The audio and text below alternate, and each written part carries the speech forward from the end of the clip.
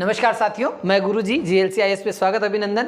मध्य प्रदेश पटवारी परीक्षा को लेकर आज हम लोग जो मैनेजमेंट के क्वेश्चन है उसके ऑब्जेक्टिव पढ़ना शुरू करेंगे। ठीक है, लगभग आप 1000 से 1500 ऑब्जेक्टिव क्वेश्चन जो प्रबंधन के हैं हमारे इस एप्लीकेशन के माध्यम से, इस कोर्स के माध्यम से करेंगे। अभी तक जिन लोगों ने इस कोर्स को परचेज नहीं किया है, मात्र 251 रुपये का कोर्स है MP पटवारी 2023 कोर्स, जिसमें आपको मिलता है पटवारी के नए पैटर्न पर आधारित नोट्स, जैसे सेक्शन ए और बी में है। PDF में ये नोट्स रहेंगे। ध्यान देवें आप इन नोट्स को केवल मोबाइल पे ही एक्सेस कर सकते हैं। टेस्ट सीरीज मिलेगी आपको। टेस्ट सीरीज के अंदर आपको टॉपिक टू टॉपिक टेस्ट और कम से कम 20 फुल लेंथ टेस्ट 15 जनवरी से शुरू हो जाएंगे। विशेष वीडियो लेक्चर, जैसे ये प्रबंधन के आप ऑब्जेक्टिव वीडियो देख रहे हैं, इसके बेसिक वीडियो भी हमने बनाए हैं, प्लस साइंस के वीडियो हो गए, कंप्यूटर के वीडियो हो गए, MP करंट के वीडियो हो गए, ऐसे वीडियो लेक्चर भी आपको मिलेंगे। और एग्जाम से कुछ दिनों पहले से आपको जो आपके ऑटो सेक्शन दे रखे हैं सब्जेक्ट वाइज, उनके रामबाण भी हम आप लोगों को प्रेजेंट करेंगे, जो महती भूमिका अदा करेंगे आपके चयन में। इन सब चीज़ों के मुकाबले इसका प्राइस बहुत कम है, 251 रुपये। ये कोर्स आपके मोबाइल में ऐप में होना चाहिए। आइए शुरू करते बिना समय गंवाए। पहला क्वेश्चन है, भारत में लेखा मानक 1 इस विषय में व्याख्या करता है। अब यहाँ पे अपने को ये समझना है कि कौन सा प्रश्न ऐसा है जो याद रखने से होगा और कौन सा ऐसा प्रश्न है जो हमारे दिमाग के IQ लेवल से हम उसको कर सकते हैं, सामान्य जानकारी से हम कर सकते हैं। अब यहाँ पे भारत में लेखा मानक 1 है, नकदी प्रवाह विवरण को, लेखांकन नीतियों का प्रकटीकरण, मूल्यह्रास लेखा, सूची मूल्यांकन। तो सामान्यतः लेखा मानक जो है उसका संबंध किससे है? नीतियों का प्रकटीकरण। अब यहाँ पे लेखा मानक क्या होता है? लेखांकन या अकाउंटिंग, कि भारत सरकार के द्वारा अकाउंटिंग के लिए जो काम किया जाता है, तो उस अकाउंटिंग के काम के लिए जो रूल रेगुलेशंस है लेखा मानक 1 के तहत उल्लेखित है। ऐसे जैसे क्या हो गया, बेसेल, बैंकिंग के सेक्टर में बेसेल एक तरह से एक बैंकिंग रूलिंग सिस्टम है। ठीक है, तो यहाँ पे सही आंसर होगा लेखांकन नीतियों का प्रकटीकरण। नेक्स्ट क्वेश्चन देखते हैं अपन, आवेदन प्रपत्र पर विवरणों के लिए क्या शब्द दिया जाता है जिससे सामान्य रूप से उम्मीदवार का नाम, जन्म तिथि, लिंग, वैवाहिक स्थिति, पता आदि शामिल होते हैं। अब देखिए, ये बिल्कुल एक कॉमन क्वेश्चन है, नॉर्मल क्वेश्चन है, जिसमें से आप में से बहुत सारे विद्यार्थियों ने ये चीज़ यूज़ भी की होगी कि भाई आपने अपना ये दिया, अपन लोगों को बोलते हैं ना मेरा बायोडाटा प्रेजेंट कर रहा हूँ, बायोडाटा सबमिट कर रहा हूँ। ठीक है, तो ये सारी चीज़ें किससे रिलेटेड हो गई? बायोडाटा से रिलेटेड, मतलब व्यक्तिगत जानकारी से संबंधित। और PB इस क्वेश्चन को मैनेजमेंट के सिलेबस में 2017-18 में 2 बार पूछ चुका है। नेक्स्ट क्वेश्चन देखते हैं, लेखाकरण का प्राथमिक कार्य क्या होता है? लेखाकरण मतलब अकाउंटिंग का पहला काम। तो कोई भी व्यक्ति अकाउंटिंग करेगा तो किस चीज़ की करेगा? जो दिया है और जो लिया है उसी के बारे में। तो सीधा सीधा अकाउंटिंग से समझ में आता है कि वित्तीय लेन देन से संबंधित जो बातें हैं वो लेखाकरण का प्राथमिक कार्य है, कि क्या लिया है और क्या दिया है। तो सही आंसर हो जाएगा यहाँ पे वित्तीय लेन देन से संबंधित। नेक्स्ट क्वेश्चन अपन देखते हैं, आकस्मिक देयताओं में दिखाई देता है। आकस्मिक एकताएं जो हैं, जैसे क्या है, वे आपकी देयताएं जो आप लोगों को इमीडिएट रूप से करनी है। हाँ, तो आकस्मिक देयता है, ये भी पूछा गया क्वेश्चन है कि जो आकस्मिक देयताएं होगी वो कहाँ लिखी जाएगी। तो आकस्मिक देयताएं जो लिखी जाती तुलन पत्र के लिए लेखा पर नोट, मतलब जैसे क्या होता है आकस्मिक देयताएं, आपने एक पूरा अकाउंटिंग बनाई है, जैसे एक शीट बनाई है, जैसे आपने ये एक शीट का निर्माण किया है और इसमें आपने क्या किया, अपनी इनकमिंग और आउटगोइंग को यहाँ पे लिख रखा है। ठीक है, अब यहाँ पे क्या हो गया, आपने कुछ टिप लगा रखी है, ऐसे स्टार बना के टिप लगा दिया आपने इस तरीके से। ठीक है, तो तुलन पत्र के लेखा पर जो नोट्स होते हैं वो किससे संबंधित होते हैं? आकस्मिक देयता से। समझ में नहीं भी आया तो इसका उत्तर याद रख के रखना है। नेक्स्ट, प्रशिक्षण के इन क्षेत्रों में से कौन सा एक कर्मचारी को उसकी समस्याओं को सफलतापूर्वक निपटान करने के लिए तैयार करता है? मतलब जैसे जब आपको ट्रेनिंग दी जाती है, जब आपको पटवारी की भी ट्रेनिंग दी जाएगी, आपको जनसंपर्क अधिकारी की ट्रेनिंग दी जाएगी, ठीक है, असिस्टेंट रेवेन्यू इंस्पेक्टर की तय जो इंटरव्यू की तय आपको ट्रेनिंग दी जाएगी, तो उस ट्रेनिंग में अलग अलग प्रकार की ट्रेनिंग दी जाएगी।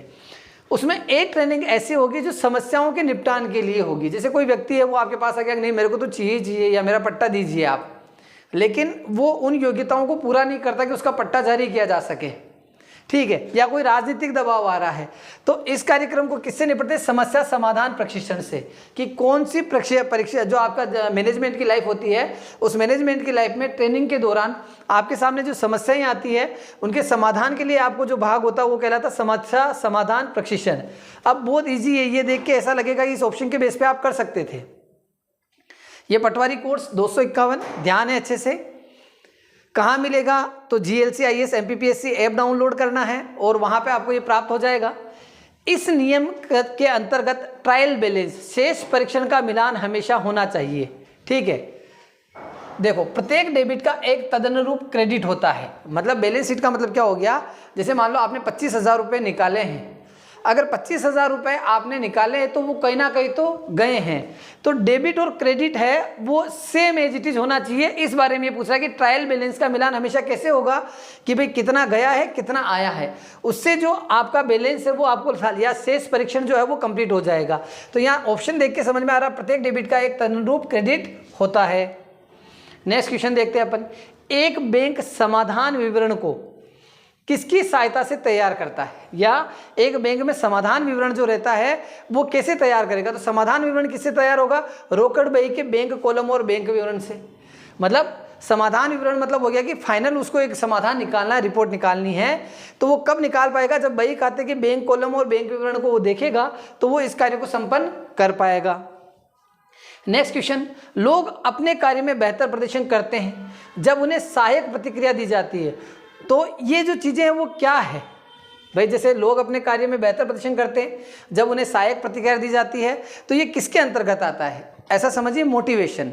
जैसे आपने बहुत अच्छी पढ़ाई करी, आपके क्वेश्चन आपने अच्छे किए, आपका स्कोर अच्छा आया, तो आपके शिक्षक आपका मनोबल बढ़ाते हैं कि बेटा बहुत बढ़िया, ऐसे ही कोशिश की 100% अधिकारी बन जाओगे। ठीक है, तो ये किस चीज़ में आता? संबंधन की आवश्यकता। ये उपलब्धि की आवश्यकता नहीं है, ठीक है, शक्ति की आवश्यकता नहीं है, ये किसकी आवश्यकता? संबंधन की आवश्यकता, ताकि जो आपका संबंधन है वो और ज़्यादा बढ़िया हो आपके सब्जेक्ट के साथ। नौकरी के वर्गीकरण जैसे CEO, राष्ट्रपति, उपराष्ट्रपति, कार्यकारी निदेशक के रूप में इनमें से किसके साथ जुड़े रहते हैं? मतलब ये जो प्रश्न है, ये प्रश्न पूछना चाह रहा है, यहाँ पे थोड़ा शायद मिसप्रिंट हो गया होगा कि भाई जैसे ये जो पोस्ट है, ये पोस्ट किस कैटेगरी में आती है? तो ये जो पोस्ट आती है किस कैटेगरी में आती है? शीर्ष प्रबंधन में, टॉप क्लास जो मैनेजमेंट होता है उसमें ये पोस्ट आती है। जैसे किसी कंपनी का CEO हो गया, हमारे देश के राष्ट्रपति उपराष्ट्रपति हो गए, किसी कंपनी का कोई कार्यकारी निर्देशक हो गया, ये किस में आएंगे? टॉप मैनेजमेंट में आएंगे।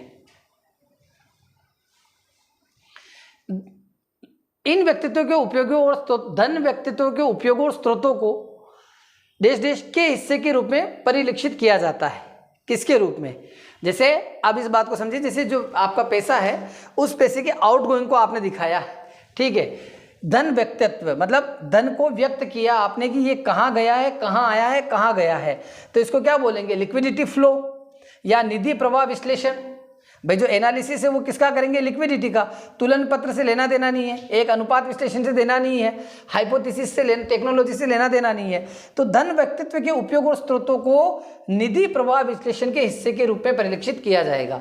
यह भी व्यापम के द्वारा ओल्ड पेपर में पूछा गया है।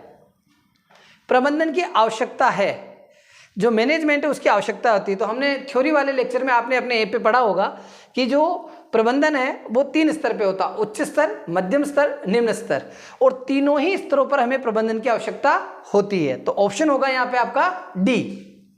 Next question. वैज्ञानिक प्रबंधन का विकास किसने किया था? तो जो वैज्ञानिक प्रबंधन है उसके डेवलपमेंट के लिए कौन जाने जाते हैं? Max weber. अपवाद द्वारा प्रबंधन के तत्व है। देखो अपवाद द्वारा जो प्रबंधन होता है उसका तत्व जो एलिमेंट्स है कौन कौन से हो सकते हैं? माप या मेजरमेंट, बिल्कुल, चयन सिलेक्शन, निरूपण प्रेजेंटेशन। तो ये तीनों जो है अपवाद द्वारा प्रबंधन के तत्व हैं। डी ऑप्शन सही। अपवाद द्वारा प्रबंधन की धारणा के अनुसार दिन प्रतिदिन की प्रबंधकीय समस्याओं का समाधान करना चाहिए। ठीक है, मतलब अपवाद द्वारा जो प्रबंधन की धारणा है इसको आपने मेरे थ्योरी वाले लेक्चर में समझा होगा, नहीं समझा होगा तो आप ऐप पर वीडियो जाकर देखिएगा। के अनुसार दिन प्रतिदिन की जो प्रबंधकीय समस्या होती है, मैनेजमेंट से रिलेटेड जो प्रॉब्लम आती है उनका सॉल्यूशन कैसे होता है। अब आप ये समझिए कि जो टॉप मैनेजमेंट है, आपके जो कर्मचारी है निम्न स्तरीय वो काम करे, या जो लेबर क्लास है आपका वो काम कर रहा है, तो वो रोज जाके उनकी समस्याओं का समाधान करेगा क्या? क्योंकि टॉप क्लास का काम है नीति को बताना, अपने उद्देश्यों को बताना, काम का आवंटन। मध्यम स्तरीय जो है उनका हो गया शीर्ष जो आपका मैनेजमेंट है, टॉप क्लास मैनेजमेंट है, उससे ऑर्डर लेना, और जो आपका लो क्लास मैनेजमेंट है या लोअर जो मैनेजमेंट है उसको ऑर्डर जो है उसको सबमिट करवाना, उनसे कार्यपालना करवाना। तो जो दिन प्रतिदिन की समस्याएं होंगी उन समस्याओं का समाधान हमेशा निम्न स्तरीय प्रबंधन को करना होगा।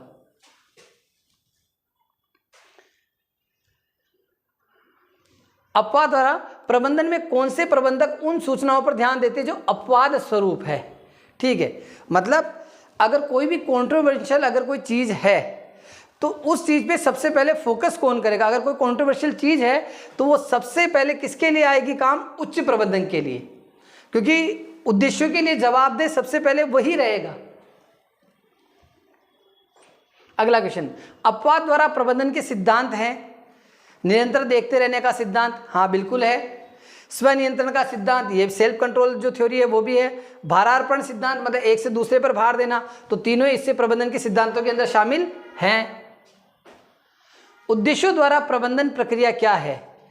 मतलब उद्देश्यों के हिसाब से प्रबंधन एक क्या है? समय बचाने वाली प्रक्रिया, समय खर्च करने वाली प्रक्रिया, अव्यय दोनों के अलावा नहीं जानते।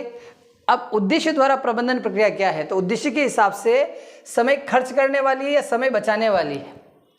तो यहाँ पे जो आंसर सही रहेगा, प्रबंधन समय बचाने वाली प्रक्रिया है, न कि ये गलत बोल्ड हो गया है, समय बचाने वाली प्रक्रिया है।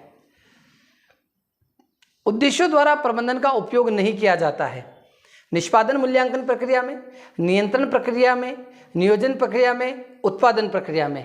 प्रबंधन का उपयोग देखो, निष्पादन मूल्यांकन मैनेजमेंट का वहाँ पे काम रहेगा कि भाई डेटा एनालिसिस करना, नियंत्रण कंट्रोलर के रूप में भी मैनेजमेंट का हस्तक्षेप रहेगा, नियोजन प्रक्रिया प्लानिंग के अंदर मेन काम ही वही है मैनेजमेंट का। उत्पादन प्रक्रिया में जो क्या है, जो मजदूर वर्ग है, जो कामगार वर्ग है, वो प्रोडक्शन करके देगा, उसके टारगेट्स भले वो सेट कर दे, तो प्रबंधन का प्रयोग यहाँ पे आवश्यक नहीं है। नेक्स्ट क्वेश्चन, उद्देश्यों द्वारा प्रबंधन कार्यक्रम की सफलता निर्भर होती है। मतलब प्रबंधन कार्यक्रम की सफलता किस पे डिपेंड करती है ये आपको देखना, अच्छे नियोजन पर, अच्छे संगठन पर, अच्छे नियंत्रण पर, अच्छे नियोजन और अच्छे नियंत्रण पर। तो यहाँ पे डी ऑप्शन जो है ज़्यादा बढ़िया है। वैसे तो अच्छा नियोजन भी होना चाहिए, अच्छा संगठन भी होना चाहिए, अच्छा नियंत्रण भी होना चाहिए, लेकिन डी में हमें ज़्यादा अच्छा विकल्प दिया है। एक बेस्ट प्लानिंग हो और एक बेस्ट कंट्रोलर हो तो डेफिनेटली जो रिजल्ट है, सक्सेस है, वो ज़्यादा अच्छी होगी। तो यहाँ ऑप्शन डी। उद्देश्यों द्वारा प्रबंधन ले जाता है अच्छे प्रबंधन की ओर। मतलब जो प्रबंधन है वो कहाँ ले जाता है, उसके उद्देश्य क्या रहते हैं? अच्छे मैनेजमेंट की ओर ले जाने के लिए। वर्तमान में ये निर्धारित करना कि भविष्य में क्या करना है क्या कहलाएगा। तो भाई जैसे जो हम योजनाएं बनाते हैं तो योजनाएं आधारित होती है भविष्य आधारित। किस पे आधारित होती है? भविष्य आधारित। तो योजनाएं जो हैं वो क्या बताती है? भविष्य में क्या करना है उसकी रूपरेखा प्रस्तुत करने के लिए। ये क्वेश्चन भी पीएबी में आया हुआ है कि योजनाएं प्रचित्रित होती है भविष्यगत। योजना का स्वभाव है, तो योजना जो है क्या एक लचीली प्रक्रिया है? कह नहीं सकते। श्रेष्ठ विकल्प का चयन, ये भी कह नहीं सकते। निरंतर व नियमित प्रक्रिया, हाँ ये जरूर है, कंटिन्यूस। और जो डेली वाली जो चीज़ है वो यहाँ पे प्रोसेस है, मतलब ये चीज़ योजना का स्वभाव में आ गया कि ये निरंतर व नियमित होने वाली प्रक्रिया है, तो सी ऑप्शन सही है। नियोजन कदम बढ़ाता है, तो नियोजन जो कदम बढ़ाएगा कार्यक्षमता कार्यकुशलता की ओर। नियोजन का मतलब ही क्या होता है कि भाई काम को सही उचित रीति ढंग से करने के लिए जो एक योजना तैयार की जाती है, एक ढांचा तैयार किया जाता है, उसको नियोजन कहा गया। तो कार्यक्षमता कार्यकुशलता की जो ओर है वही नियोजन का सबसे पहला कदम रहेगा। नियोजन जरूरी है, तो नियोजन हाई क्लास मैनेजमेंट पे भी है, मिडिल क्लास मैनेजमेंट पे भी और लो क्लास मैनेजमेंट है उस पे भी है, तो तीनों स्तरों पे आवश्यक है नियोजन। तो धन्यवाद साथियों। निश्चित रूप से इस वीडियो में आपने कुछ ऑब्जेक्टिव देखे जो विगत परीक्षाओं में आए हैं प्रबंधन से संबंधित। कुछ प्रश्न ऐसे थे जिनको सामान्य जानकारी के आधार पर किया जा सकता था, कुछ प्रश्न ऐसे थे कि जैसे सब्जेक्ट की स्पेशलिटी पूछ ली गई हो, लेकिन क्रमबद्ध रूप से जब अपन प्रयास करेंगे तो इन प्रश्नों पे बहुत बेहतरीन प्रदर्शन कर पाएंगे। धन्यवाद।